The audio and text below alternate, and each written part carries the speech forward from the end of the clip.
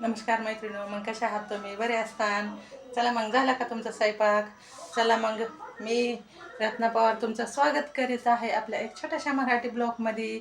मग मैत्रिणी, आज सगळ्याला भोगीच्या खूप खूप शुभेच्छा. मग आज काय सगळ्याच्या घरी मिक्स भाजी आणि बाजरीची भाकर बनवलेली असून का की ही बनावंच लागते ना. तर हा का मी पण अशी मस्तपैकी ही अशी भाजी बनवलेली भोगी. ही अशी मिक्स भाजी बनवलेली समजे ह्याची. आणि ही अशा का दिसते का मस्तपैकी तीळ लावून केली बरं का बाजरीची भाकर. तीळ लावून इकडं थोडी जळाली बरं का, तुम्ही म्हणता भाकर जळालेली आहे, पण ती थोडी भाकर जळाली आणि तर दूध तापाय ठेवलेलं आहे.